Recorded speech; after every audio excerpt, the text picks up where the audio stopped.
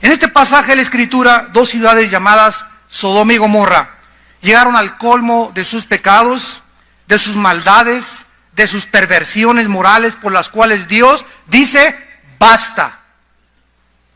Juan el Bautista llegó y dice, el hacha ya está puesta al árbol. Y Dios en su paciencia está esperando que tu vida, la vida de tu familia, la vida de mi familia, la vida de una nación, Dios está esperando fruto. Y cuando Dios te da la oportunidad, voy a esperarme 1 año para que Pancho dé fruto. Ya hace 8 años que llamé a Pancho y sigue igual sin dar fruto. El día menos pensado, el hacha va a caer sobre tu vida. El hacha está puesta a los árboles y todo árbol que no dé fruto será destruido. Dios es un Dios de juicio y Dios tiene que ejecutar y castigar el pecado porque no podría divorciar su justicia de la santidad. Sin embargo, antes de que Dios destruyera Sodoma y Gomorra, aunque no nos vamos a concentrar esta noche en Sodoma y Gomorra, sino en lo que pasó con Abraham antes de esta destrucción, Dios tiene el propósito de a nosotros anunciarnos lo que va a suceder. Dios quería que este hombre, Abraham, supiera qué iba a pasar. Y de eso se trata esta conferencia, porque Dios le avisa a Abraham acerca de sus propósitos, porque Dios deseaba, aunque Dios sabía que Sodoma y Gomorra no se iba a arrepentir, porque Él le dice a Abraham, podríamos preguntarnos, oye, por favor, ¿verdad? ¿Por qué platica con él? Como vamos a analizar esta plática que tuvo con Abraham. ¿Por qué lo hace Dios? Simplemente porque Dios está buscando que Abraham se convierta en un intercesor. Ya sabemos que el mundo va a ser destruido, pero dice la Biblia, si mi pueblo sobre el cual mi nombre se invocar, oraren y buscar en mi rostro, Dios puede cambiar sus planes con el poder de la oración de un pueblo unido. ¿Qué es un intercesor en primer lugar? Es un cristiano simplemente que tiene carga por las almas, que le interesa el alma de sus hijos, el alma de sus hijas, el alma de su esposa, el alma de sus tíos, de sus primos, el alma de su jefe y su trabajo. Es un cristiano que llega en la noche y dice, Dios mío, te pido por mi hijo que no regresa, y está intercediendo día y noche por algo que embarga su vida, por el pecado del mundo, por la violencia de México. Cuando Dios comienza a ver hombres cargados intensamente por tanto pecado y por tanta maldad, esos son los hombres a través de los cuales el Espíritu Santo puede trabajar. Estas cargas, ¿de dónde vienen? Si yo te pregunto en esta mañana, sin que tú levantes la mano, en las últimas 2 semanas, ¿tienes una lista o un periódico diario donde tienes por lo menos 20 personas de tu familia o 15 personas por tu familia que estás orando hace 6 meses o 1 año? O a lo mejor tu lista, como vamos a ver con Abraham, a lo mejor no llega ni a 10 personas. A lo mejor no llega ni a 5 personas. Y de vez en cuando te levantas y lo único que haces es que mañana, sacas tu tarjetita y te Judas Tadeo. Y esa es para ti tu devoción con Dios. Pero la intercesión es cuando nos sumergimos y entendemos que Dios trabaja a través del poder de la oración, cuando nosotros comenzamos a estar cargados por el pecado y porque anhelamos la salvación, principalmente de nuestra familia. Estas cargas, ¿de dónde vienen? Vienen de nuestra comunión con Dios. Si tú no tienes un contacto diario con Dios a través de la Biblia, a través de la oración, no puedes comenzar a recibir la naturaleza divina, aunque la tenemos. No puedes compartir el carácter de Dios. ¿Cómo es posible que un Dios santo, perfecto, todopoderoso pueda sufrir? Yo me lo he preguntado miles de veces. El otro día le pregunté a un hermano teólogo famoso en Estados Unidos, oye, yo tengo 30 años predicando, le digo el evangelio, y yo sé que el sufrimiento es derivado del pecado. Amén, me dijo, así es, la paga del pecado es la muerte, el sufrimiento es por el pecado. Y entonces le pregunté, ¿y por qué Dios sufre? Échate ese trompo a la uña. ¿Por qué si Dios es santo y no hay pecado en Él, cómo es posible que Dios sufra? Y esa es una incógnita y sabemos que hay muchas preguntas que no vamos a tener respuesta porque las cosas secretas pertenecen a Dios. Pero eso me llena mi alma de saber que es un Dios que llora, es un Dios que sufre, es un Dios que anhela, es un Dios que se ríe, es un Dios que comparte con nosotros, es un Dios que está interesado en tus depresiones, en tus problemas, es un Dios que está interesado a tal grado en nuestra vida que dio a su Hijo unigénito para que todo aquel que en Él crea no se pierda, mas tenga la vida eterna. ¿Cómo podemos convertirnos en intercesores de Dios, en guerreros de oración? Tenemos que comenzar a desarrollar el bendito hábito de concentrar nuestros pensamientos y nuestras necesidades en las necesidades número 1 de tu familia, de tu iglesia y de tu nación. En Colosenses 4 dice versículo 2, perseveren en la oración, velando en ella. Yo ya tengo años que me levanta Dios a las 2, 3 de la mañana y no es porque cené pizza ni tomé café, simplemente me acuesto, Señor, te amo, Jesús, te amo, Dios. Jesús, ¿cuándo vienes por tu iglesia? Señor, te esperamos, desesperadamente te esperamos, pero sí, permítenos, damos el privilegio de seguir trabajando para ti mientras tú vienes. Y nos despertamos a las 2:30, 3 de la mañana, no para irnos a tomar un vaso de leche o cualquier cosa, sino nos despierta el Espíritu Santo para hincarnos. Y en esa hora en la madrugada, donde el mundo está en oscuridad, donde todos están, donde no hay intercepción en el mundo de los pensamientos, ni en el espectro electromagnético de la tierra, y los poderes espirituales tal vez, ¿verdad?, estén trabajando en otro lado. En ese momento es cuando nuestra oración, en la madrugada, porque es cuando Jesús se levantaba a orar, es cuando nuestra oración puede tener muchísimo poder.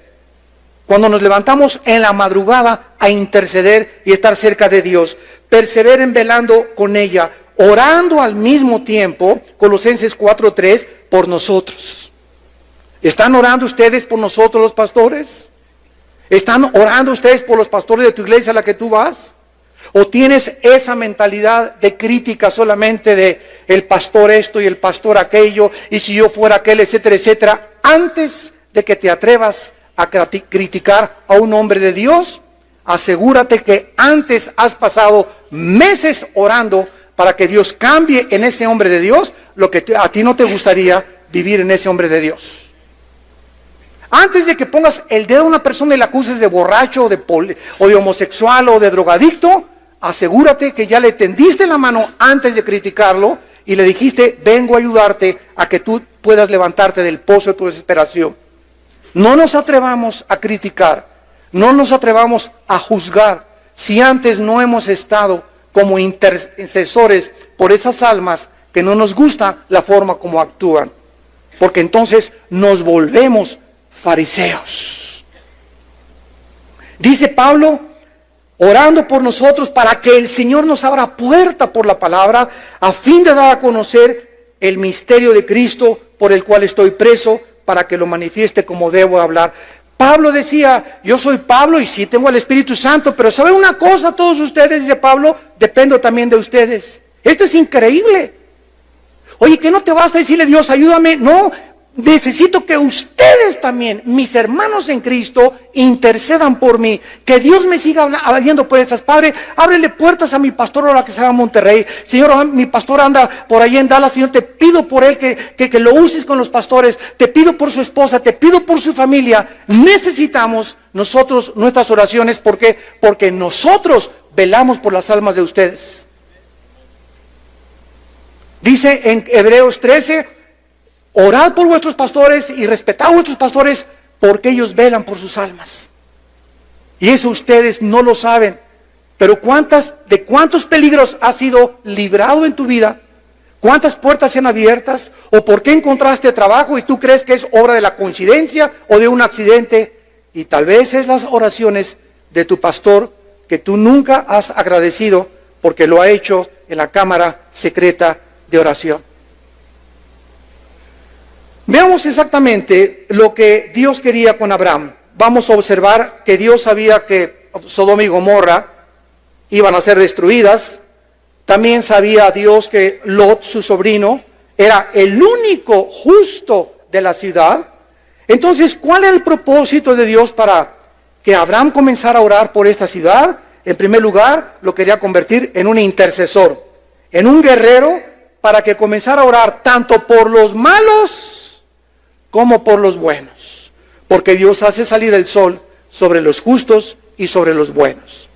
Entonces, no solamente ores por los cristianos, ora también por tus parientes que no son cristianos, por el que vas a llevar al desayuno el próximo mes, por el que vas a traer aquí a la conferencia. Si nosotros no oramos y no entendemos que Dios ha determinado que sea a través de la oración, porque así lo ha determinado, el poder actuar sobre las almas, no vas a poder convencerte de la importancia de ser un guerrero de oración. En segundo lugar, enseñarle a Abraham que la justicia de Dios tiene que ser ejecutada. Dios tiene que castigar el pecado, tarde o temprano. Una vez saliendo de una conferencia, de un desayuno, me encontré un hombre en el elevador y me dice: oiga, señor Alducin, que Dios es todopoderoso. Le dije: sí, claro, es todopoderoso. Me dice: sí, es todopoderoso, ¿por qué no ha acabado con el diablo? Me dice. Y le contesto: dele gracias a Dios porque hubiera comenzado con usted.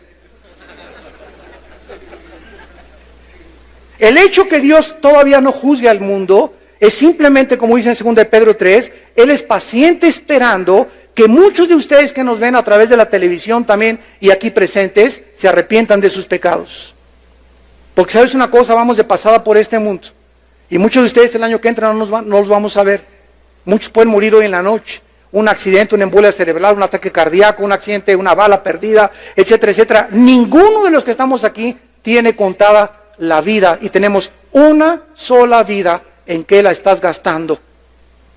Y cuando tú mueras, no recuperas los minutos de ayer, los minutos de antier, las semanas, no, cada minuto, tic, tic, tic, tic del reloj, ya no, lo que hice hace un minuto, no lo vuelvo a recuperar jamás, ya pasó, ahorita estoy en el presente, futuro, el pasado está atrás, ya el pasado está pasando todo así, pero rapidísimo el pasado en nuestra vida.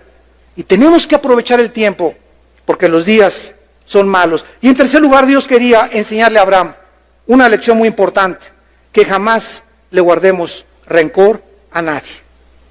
Abraham le había dado un fuerte testimonio a Lot. Acuérdense en Génesis 10 que se muere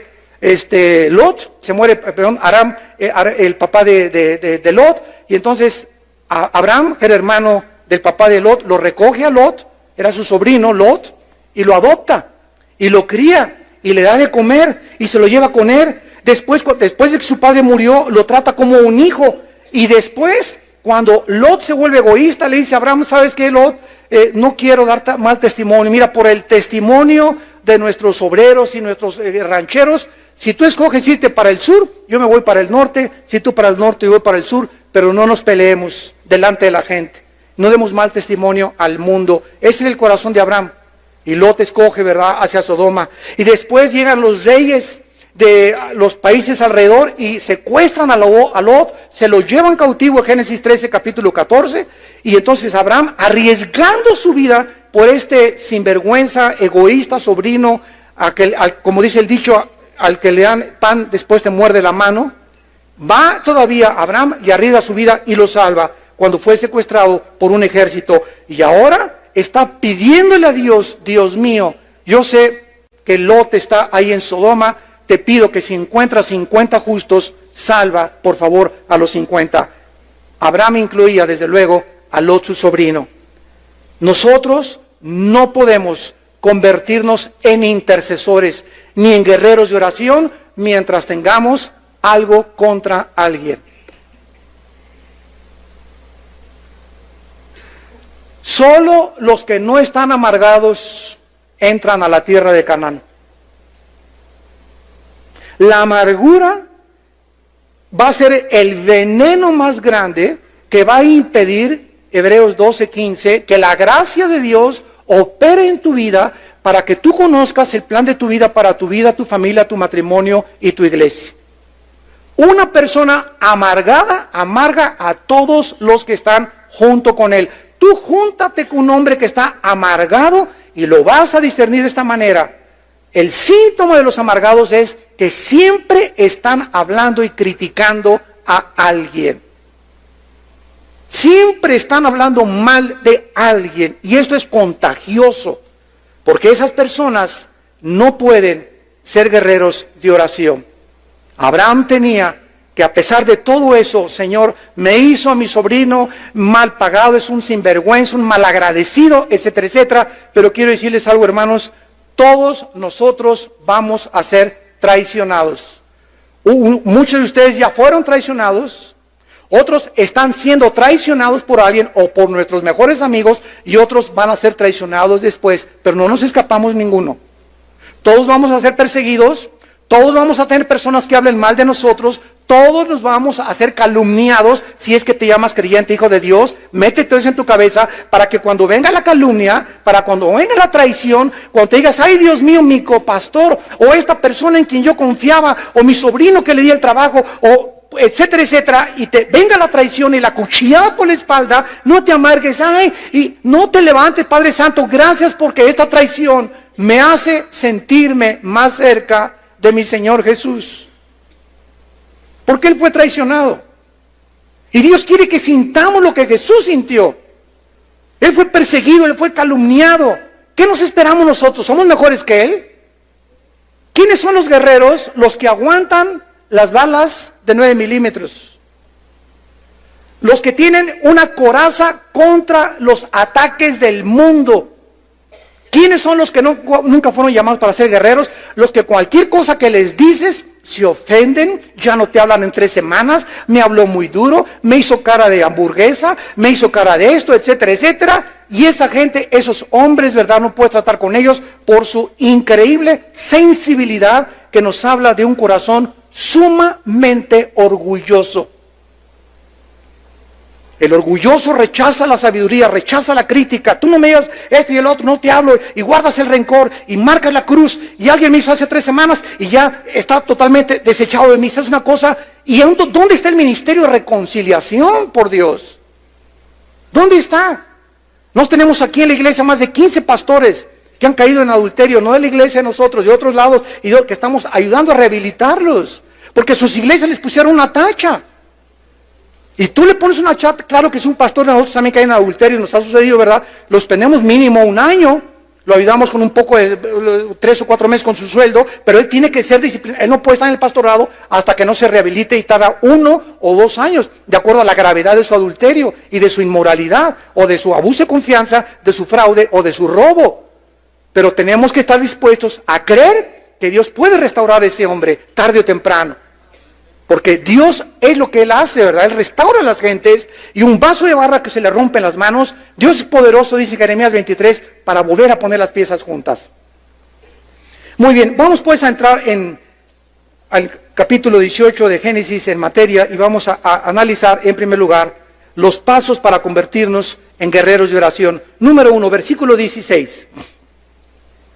Génesis 18, 16, el primer paso para convertirnos en guerreros de oración y en intercesores, dice el versículo 16, y los varones se levantaron de allí y miraron hacia Sodoma, y Abraham iba con ellos acompañándolos. El primer paso para convertirnos en guerreros de oración es caminar con Dios. Vivir cerca de Dios. Este es el primer paso para convertirnos en guerreros de oración. Recordamos que el Señor se le había aparecido a Abraham con 2 ángeles, capítulo 1 y 2 de capítulo 18. Y estos 2 ángeles comenzaron a caminar hacia Sodoma. Sin embargo, Abraham se queda con Dios. No se va, acompaña al Señor y se queda con Él.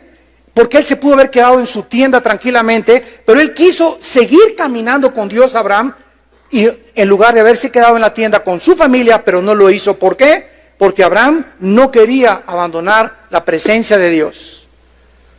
No podía creer que estuviera en la presencia de Dios. Y yo no puedo creer cómo nosotros no podemos ser impresionados de la misma manera cuando sabemos que al abrir la Biblia estoy ante la presencia de Dios. Abro la Biblia y Dios, el Dios poderoso, me va a comenzar a hablar. Me va a comenzar a hablar Dios en la Biblia. Y cuando yo creo que es Dios el que me está hablando, estas palabras se convierten en espíritu y en vida, porque estoy creyendo que es Dios el que me habla. Me trago esas palabras y trato de obedecer esas palabras para no desintegrar mi personalidad. ¿De dónde viene el término esquizofrenia de la psicología? Mente dividida. Esquizofrénico. Se lo robaron a Santiago capítulo 1. 2000 años antes de Freud, Santiago dijo en Santiago 1, el hombre de doble ánimo es inconstante. Esa palabra ánimo en el griego es alma. O sea, el hombre con una mente dividida, en todo es inconstante. ¿Qué es un hombre dividido? Es un hombre que lo que habla, no lo hace. Cuando comenzamos nosotros a hablar, y soy cristiano, y por aquí, y por allá, y no practico lo que Dios me está diciendo, me comienzo a desintegrar, me comienzo a separar interiormente, comienza mi mente a ser afectada psicológicamente, comienzo a bandear, comienzo a tener malos pensamientos porque estoy desintegrando mi personalidad y eso es la causa de ser inconstante. Nunca acabo ningún proyecto, nunca duro en ningún trabajo, nunca duro con ninguna mujer, nadie es suficiente para mí, nadie me hace feliz. Comenzamos a desintegrarnos mental, física y emocionalmente. ¿Cuál es la raíz? La desobediencia a la palabra de Dios. No todo el que me dice, Señor, entrará al reino de mi Padre, sino el que hace lo que está escrito. Abraham ya no quería separarse de Dios. En segundo lugar, dice el versículo 17-19, Génesis 18, el segundo paso. Y Jehová dijo, noten ustedes, ¿a quién le dijo esto? Jehová está hablando, está murmurando esto a sí mismo. No se lo está diciendo a Abraham. De repente comienza Dios a hablar y dice Dios, ¿encubriré yo a Abraham lo que voy a hacer? Habiendo de ser Abraham una nación grande y fuerte, y habiendo de ser benditas en él todas las naciones, porque yo sé, dice Dios, que mandará a sus hijos y a su casa después de sí, que guarden el camino de Jehová, haciendo justicia y juicio para que haga venir Jehová sobre Abraham lo que ha hablado acerca de él. En segundo lugar, para poder ser guerreros de oración, necesitamos comenzar a pensar en el llamado y en el propósito que Dios tiene para nuestra vida. Señor, tú ya diste tu vida en la cruz por mí, ya me salvaste, y ahora, ¿qué es lo que quieres de mi vida? Número uno, me dice Dios, Armando, te salvé, Abraham, te salvé, para que tú, Abraham, vas a bendecir al mundo entero. Armando, Pancho, Carlos, Felipe, te salvé para que comiences a convertirte en mi instrumento de bendición a tu familia.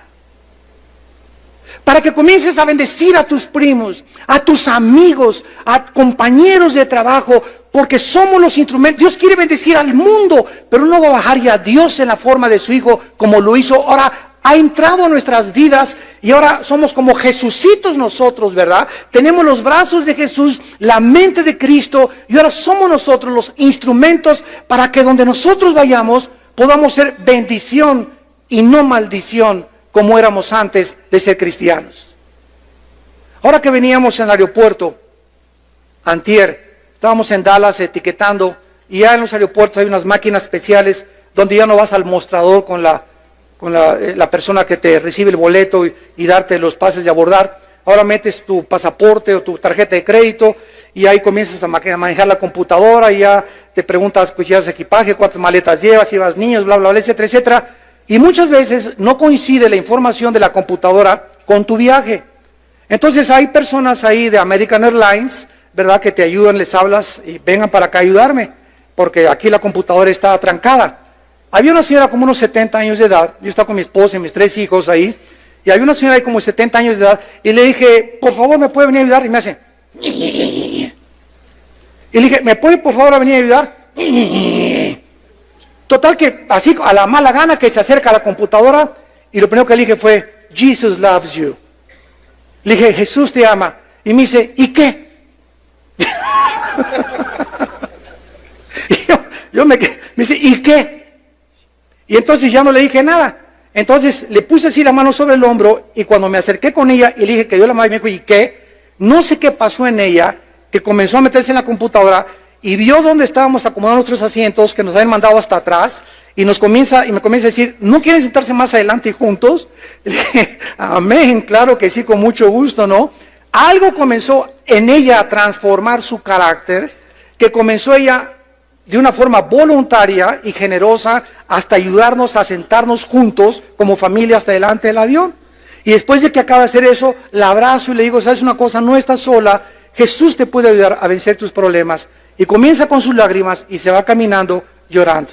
Llegamos al mostrador para que nos den los tickets de las maletas y me dice la supervisora, se hace una supervisora de American Airlines y me dice, oiga, ¿lo ofendieron? ¿Esa señora se portó mal con ustedes? Le dije, no, de ninguna manera. No, sí, yo vi que lo trató mal, me dice la supervisora. Y es nuestro deber que los trabajadores cumplan con su trabajo y la vamos a reportar. Le dije, permítame una cosa. Le dije, esa señora venía con le dio un planchazo a su esposo en la mañana. O su hija, todos amanecemos siempre con algo, y sabe una cosa, somos cristianos, le dije a la señora, no la reporte y no voy a firmar ningún reporte, porque esa señora cambió su actitud cuando nosotros la abrazamos y le dijimos que Dios la amaba. Entonces, nosotros tenemos que tener esa compasión por la gente, tenemos que tener esa misericordia por la gente, tenemos que ser amables con la gente, como dice la Biblia. El siervo de Dios no puede ser contencioso, peleonero, y te pasa el periódico y se la rayas al cuate que pasa junto a ti. No podemos ser así. Y quisiéramos, ¿verdad?, decirle no solamente a su mamá, queremos recordarle toda la familia y el árbol genealógico, ¿verdad? Porque está dentro de nosotros, pero si te comienzas a controlar, comienzas a hacer bendición a los demás. Y Dios nos ha mandado a hacer bendición a los demás, a hacer sus instrumentos de bendición. Dice el versículo 19, yo sé que mandará a sus hijos y a su casa que guarden el camino de Jehová, haciendo justicia y juicio. En segundo lugar, Dios quería que comenzara Abraham a pensar que no solamente él iba a hacer bendición a miles de gentes, sino recordarle también que para que Dios haga venir sobre nosotros la bendición, para que Dios bendiga mi trabajo, para que Dios bendiga mi ministerio, para que Dios haga venir sobre mí las cosas y las promesas, más de 8,000 promesas que hay en la Biblia, sean mías, yo tengo que convertirme en el pastor de mi esposa y de mis hijos. Si tú no le estás enseñando a tu esposa y no eres un hombre de Dios con tu esposa, y hay una relación equivocada con tu esposa, 1 Pedro 3:7, vuestras oraciones tienen estorbo. Hazle como hables en lenguas, te eches de machincuepa, seas profeta, te digan el apóstol de Tenango y de San Miguel de Allende, te digan lo que quieras y puedes amar a mucha gente. Si nosotros, quiero decirles una cosa, los dones son irrevocables y hay mucha gente que están trabajando y operando en los dones de Dios sin que necesariamente esa persona sea digna de estar haciendo eso. Dios no nos quita los dones, pero sabe una cosa, Dios le está dando oportunidad a esa persona, pero el hacha está puesta a los árboles. Y si ese hombre de Dios, o ese sanador, o ese profeta, o ese apóstol, o ese pastor, sigue en su camino y no entiende que la esposa es la principal oveja, tarde o temprano, el hacha cae sobre tu vida y el árbol de tu vida se cae. ¿Por qué? Porque para que Dios haga venir sobre nuestra vida las bendiciones, necesitamos ser los maestros de nuestra esposa, los pastores de nuestros hijos. Que nuestros hijos no digan algún día, mi padre es un hipócrita, mi padre dice una cosa y hace otra cosa. O que ¿sabes quién te conoce? Mi esposa y tu esposa. ¿Quién me puede conocer a mí? Mis pastores no me conocen a mí como yo soy en la intimidad. Yo puedo conocer pastores y el hermano y predicador y todo. ¿Quién me conoce realmente? ¿Quién sabe cuando yo me levanto a orar en la madrugada? ¿Quién ha visto cómo reacciono en momentos íntimos? ¿Quién me ha encontrado a mi esposa viendo pornografía? ¿Me he encontrado a mi esposa haciendo alguna cosa indebida? Ella es la que sabe realmente si yo soy un guerrero de Dios. Nadie más que tu esposa y mi esposa saben quiénes somos y Dios. Abraham tenía que pensar eso, que él tenía que convertirse en el pastor de su casa. Y en tercer lugar dice el versículo 19, para que haga venir Dios sobre Abraham lo que ha hablado acerca de él. Dios le dio grandes promesas a Abraham, ¿recuerdan? Y quería cumplirlas Dios. Y ahora Abraham necesitaba, ¿qué cosa? Ser fiel hasta el final, porque se puede comenzar bien y muchos terminan mal. Yo ahora que estoy viajando continuamente, estuve en Bogotá y en Guatemala y San Diego, Los Ángeles, etcétera, etcétera, conferencias, casi siempre conferencias con pastores, con líderes. Nunca he visto, Fernando, tantos pastores y líderes a nivel mundial caer, que eran mis héroes. Durante 15 años yo admiré a ese hombre de Dios y a ese pastor, y están cayendo como el dominó. Llegan y comienzan a tener mucho dinero, comienzan a ser muy famosos, comienzan a creer que tienen el derecho de que porque son muy famosos, comienzan a sentirse demasiado seguros de su conocimiento, de su fama, de su teología, del dinero, del respeto de la gente, y cuando alguno piensa que está firme, mire que no caiga. ¿Cuántos han comenzado tan bien y los agarraron en homosexualidad? Los agarraron, cayeron en adulterio, agarraron defraudando impuestos al gobierno, agarraron defraudando esto, agarraron robando esto, y de repente 10, 15, 20 años, todo lo echan a perder en su vida, como dice Salomón, una mosca muerta echa a perder el perfume, una pequeña locura en nuestra vida echa a perder años de ministerio. ¿Vale la pena?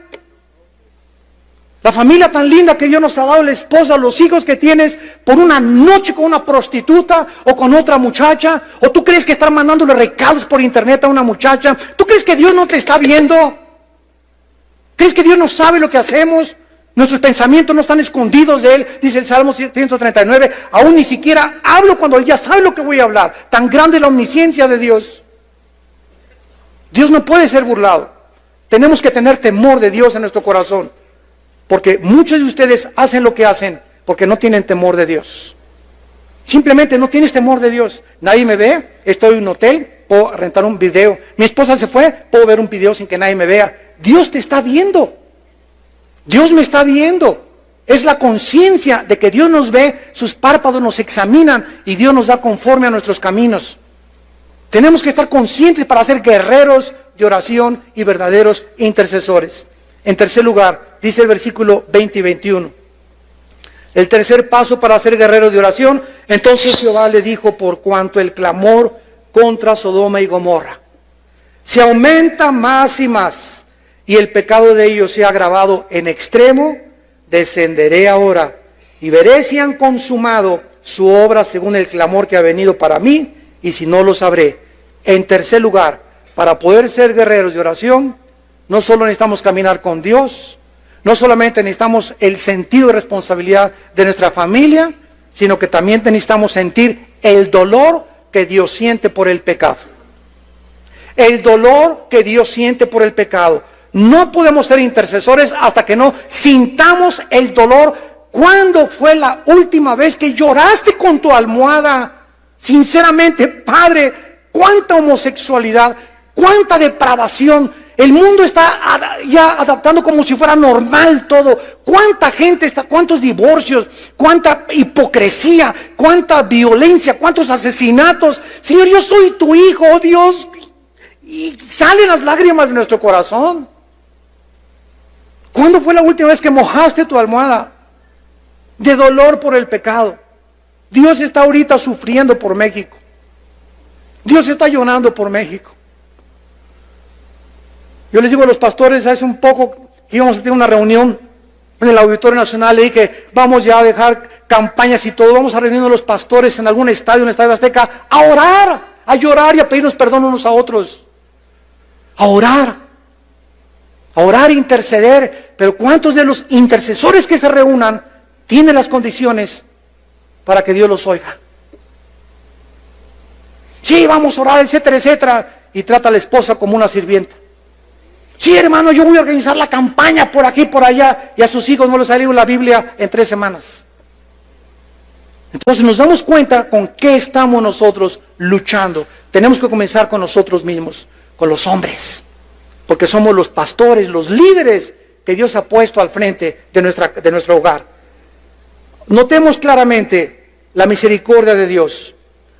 Dios no le dice a Abraham, voy a destruir a Sodoma inmediatamente, sino que Dios le dice a Abraham, voy a bajar primero, voy a descender. Los dos ángeles fueron hacia Sodoma y el pecado y la maldad de Sodoma y Gomorra habían llegado a llenar el vaso de agua, porque Dios no juzga hasta que llega a derramarse el agua de tu vida, el colmo de tus pecados. Hasta que llegue, así es de paciente Dios. Dice en Romanos 2:4, que ignoras que la benignidad y la paciencia de Dios te guían al arrepentimiento. ¿Cuántos de ustedes están pecando y ya tienen ahorita 6 meses en pornografía, en adulterio, etcétera, etcétera, y siguen caminando en la vida y no pasa nada, no pasa nada, no pasa nada? Ahí viene el ramalazo en tu vida, mañana o la semana que entra. ¿Por qué? Porque si no te ha pasado nada, es porque Dios está esperando que llegues al colmo y que llegues a convencerte que no te está viendo Dios y que puedes seguir con tu vida y con tu esqueleto en el closet y escondido una vida secreta y otra vida delante de la gente, y Dios te va a sacar del closet y te va a exhibir públicamente, porque Dios tiene que castigar el pecado. Pero Dios es paciente. Miren en Génesis 15:16. Génesis 15:16 dice, y en la 4ª generación volverán acá, porque aún no ha llegado a su colmo la maldad del amorreo, hasta que no se cumpliera el tiempo de Dios y los amorritas llegaran al colmo de sus pecados, Dios no procedería con justicia, sino con misericordia y con su gracia. Pero su misericordia y su paciencia y su gracia, dice la Biblia, tienen un límite. Y yo pienso que si ahora en México no está ya alcanzando el nivel que se necesita para que Dios diga, basta con tanta depravación, ¿estaremos cerca del juicio de Dios ya? ¿O podríamos pensar que ya estamos siendo juzgados por Dios con toda esta violencia que hay en la nación? ¿Qué es? Tantas muertes, tantos secuestros, tantos latrocinios, tantas cosas que están pasando. ¿Realmente es un juicio de Dios?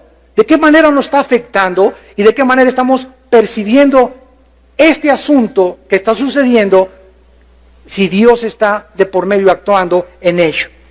Vean ustedes lo que dice también en Daniel capítulo 8, versículo 23. Por toda la Biblia corre este principio espiritual. Dice Daniel 8:23, y al fin del reinado de estos, está hablando cuando terminen ya los últimos imperios mundiales, y está hablando del anticristo.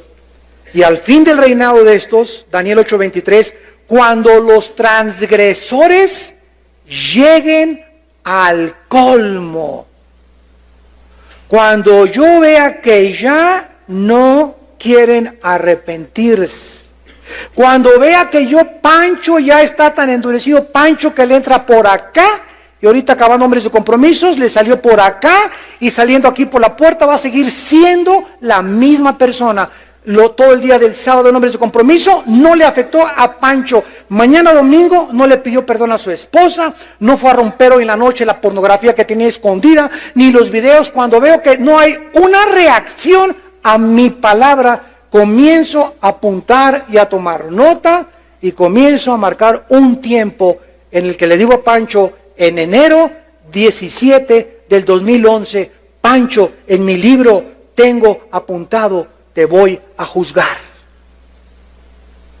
Y muchos de ustedes, en la misericordia de Dios, han venido a estas conferencias, en la paciencia de Dios, antes de que Dios te juzgue. Pero Dios tiene su paciencia limitada. En cuarto lugar, dice el versículo 22 al 26 de Génesis 18, en cuarto lugar, y se apartaron los varones y fueron hacia Sodoma, pero Abraham estaba aún delante de Jehová. Y se acercó a Abraham y dijo: ¿destruirás también al justo con el impío? Recordemos que Abraham no tenía Job, Abraham no tenía Romanos, Abraham no tenía las cartas de Timoteo, no tenía el Apocalipsis, no tenía el Pentateuco, no tenía nada Abraham. Abraham anhelaba conocer el carácter de Dios. A ese Dios que estoy sirviendo, Señor, quiero conocerte. ¿Eres un Dios que cuando juzgas al mundo, también el ramalazo le cae a los buenos? ¿Juzgas a los dos por igual? Quizá haya 50 justos, versículo 24, destruirás también y no perdonarás al lugar por amor a los 50 justos que están dentro de él. Lejos esté, dice Abraham, de ti que hagas esto, morir al justo con el impío, y que aún el justo sea tratado como el impío. Nunca tal hagas. El juez de toda la tierra no ha de hacer lo que es justo. En cuarto lugar, debemos, para ser guerreros de oración, permanecer en oración y en la presencia de Dios. Los dos ángeles se encaminaron hacia Sodoma. Abraham se queda permaneciendo en la presencia del Señor, y comenzaremos a anhelar, cuando estamos cerca de la presencia de Dios, vamos a querer conocer su carácter. Señor, ¿por qué ahora en Indonesia, en el tsunami, el 55% de las muertes fueron niños menores de 12 años? Me preguntaron en un debate con un ateo en una universidad de Austin, Texas. Se levantó un ateo: usted, cristiano, dígame, en el tsunami, ese es un Dios misericordioso. Una de las cosas que les quiero adelantar es la siguiente: los ateos, el 90% de los ateos son personas amargadas que quieren vengarse de Dios. El 90% de los ateos son personas que algo les pasó en su vida, que se enojaron contra Dios, y al rechazar a Dios se quieren vengar contra Dios y desatan toda una guerra contra un Dios que dice que no existe. Es como un hombre ateo que acaba de escribir un libro que se llama La ilusión del cristianismo y la ilusión de ser Dios. Oye, si yo no creo en los unicornios, yo no voy a escribir un libro que se llame La ilusión del unicornio, porque no existe el unicornio. No voy a gastar mi vida buscando un unicornio que no existe. Y los ateos se gastan su vida persiguiendo a alguien que no existe. Como murió Jean-Paul Sartre en Francia, el padre del existencialismo en los 60s, y dice en su libro de la náusea, antes de morir, reconociendo honestamente, he gastado mi vida persiguiendo a un Dios que no existe. O sea, yo soy un imbécil, dijo. Así lo dijo Jean-Paul Sartre. ¿Qué irracionalidad filosófica es esa? Oye, si algo no existe, pues que no existe y punto. ¿Por qué me voy a gastar mi vida tratando de atacar y demostrarles que no existe? Sin embargo, esta es la razón por la cual ellos se amargan contra Dios. Son personas que, Carlos Darwin, se le muere una niña de 10 años. Los papás de Carlos Darwin, en el siglo XIX, eran cristianos y le leían la Biblia. Y él hasta quería ser ministro. Y se le muere la hermanita y se amarga contra Dios porque no la sanó. El dueño de CNN, Ted Turner, la cadena de radiodifusión más grande del mundo, acaba de hacer un libro que se llama Los 10 Mandamientos de Ted Turner. ¿Por qué? Porque se le murió su hermana de 16 años de cáncer y él era bautista, de nombre, ¿verdad? Y oró a Dios: sana a mi hermana, no la sanó Dios, pues se enoja contra Dios y se vuelve ateo. Son hombres que quieren vengarse porque la vida no resultó de la forma que ellos quisieron, porque no tuvieron el tiempo de estar en comunión con Dios para que Dios les revelara por qué hace lo que hace. Le contesté a este ateo que me dijo por qué en Indonesia Dios permitió que el 55% de las personas eran menores de edad se murieran ahogadas, y le contesté y le dije: si se hubieran quedado vivos esos niños en el lugar donde más idolatría y más perversión y más inmoralidad existe en el mundo, donde no hay respeto ni por las mujeres, esos niños hubieran sido imitadores de sus padres, porque nos convertimos en aquello que imitamos o que adoramos. Dios en su misericordia se llevó al 55% de estos niños para que no estuvieran en este mundo. ¿Por qué querían ustedes que se quedaran a sufrir esos niños? Pero nosotros creemos, ¿verdad? No, Dios los hubiera dejado para que sufran como todos nosotros. Cuando dice la Biblia, ¿verdad?, que de ellos es el reino de los cielos. No, se hubieran quedado aquí, que crecieran y que sufrieran como nosotros. ¿Sabes una cosa? Tú no eres Dios. Y Dios en su misericordia se los llevó porque tuvo compasión de ellos, y ese ateo ya no tuvo que contestarme. Porque mis caminos, dice el Señor, no son vuestros caminos, mis pensamientos no son vuestros caminos. La gente habla lo que habla de Dios porque no pasa tiempo con Dios para que Dios te explique por qué hace lo que hace. Y cuando lo hacemos, nos convertimos en guerreros e intercesores en oración. Tener carga, en segundo lugar, por el pueblo de Dios. Abraham anhelaba que se salvaran los justos de la ciudad de Sodoma y de Gomorra. ¿Destruiría también Dios a los cristianos de los no cristianos? Es obvio que Abraham tenía a Lot en su mente, ya lo vimos anteriormente, por lo que siempre se preocupó por él. Todos los creyentes somos el cuerpo de Cristo. Y debemos tener cargas, nosotros por los bautistas, por los nazarenos, por Amistad Cristiana, Vida Nueva, pentecostales, etcétera. Todos los que estamos bajo la sangre de la cruz y creemos en la salvación por la gracia de Dios, nos debemos de preocupar los unos por los otros, en lugar de voltearnos los cañones unos contra otros y estarnos atacando, degradando y compitiendo unos con otros. Abraham comienza a interceder por los justos y por los no justos de Sodoma, y dice en 1 Corintios capítulo 12 el concepto que Dios tiene de las iglesias. Dice 1 Corintios 12 versículo 13, por un solo espíritu todos fuimos bautizados en un cuerpo. ¿De qué forma el bautismo del Espíritu Santo efectuó en nosotros esta acción? Colocándonos en el cuerpo de Cristo. La obra del Espíritu Santo, al colocarnos en el cuerpo de Cristo, se llama el bautismo del Espíritu Santo. Judíos y griegos, a todos, pentecostales, nazarenos, no importa el letrero que tengas, se nos dio a beber del mismo Espíritu. Hables en lenguas o no hables en lenguas, te rías o no te rías, te eches al suelo o vómito santo, lo que hagas, si estás bajo la sangre de Cristo y haces barbaridad y media, ya que Dios te perdone, pero eres mi hermano. Y te tengo que amar. Y tengo que tolerarte, y tengo que aguantarte, y te tengo que soportar. ¿Por qué? Porque eres mi hermano. Porque puedo llegar al grado de Corintios 13. Puedo tener teología, una doctrina sana, y graduado con 3 doctorados, etcétera, etcétera. ¿Y no tengo amor? No me sirve ni el conocimiento, ni mis visiones, ni mi teología. Y a lo mejor estoy mejor doctrinalmente que otros hermanos, pero otros hermanos tienen más amor, aunque tienen menos doctrina que yo, pero tienen más amor que yo. Y si yo quiero ser un teólogo y no tengo amor, mi teología vale un cacahuate a los ojos de Dios. Lo que Dios anhela es que nos amemos, que nos perdonemos, que no nos volteemos los fusiles unos con otros. Que cerremos nuestra boca con un hermano líder o un hermano haya caído. Que comencemos a orar por él. Como hace poco oí un negrito en Estados Unidos muy famoso, T.D. Jakes. Cayó un pastor, otro negrito en Atlanta, violó a 3 de sus ayudantes, homosexual. Y le preguntaron por televisión a T.D. Jakes, oye, ¿qué opinas de esto? Dijo, no quiero decir nada hasta que no se aclare y no se investigue absolutamente nada. No quiero dar mi opinión porque es mi hermano en Jesucristo y Dios puede levantar a un pastor homosexual también. Ese es el amor que debemos tener nosotros, y no, ¿ya oíste? Y hacer del árbol caído leña. Dicen que los cristianos somos los únicos soldados que dejamos a los heridos tirados en el campo de batalla. Así somos nosotros, así nos comportamos. Caín, ¿dónde está tu hermano? Le dice Dios. ¿Y qué le contesta Caín? ¿Que acaso soy guarda de mi hermano? Sí, le dijo Dios, tú eres guarda de tu hermano.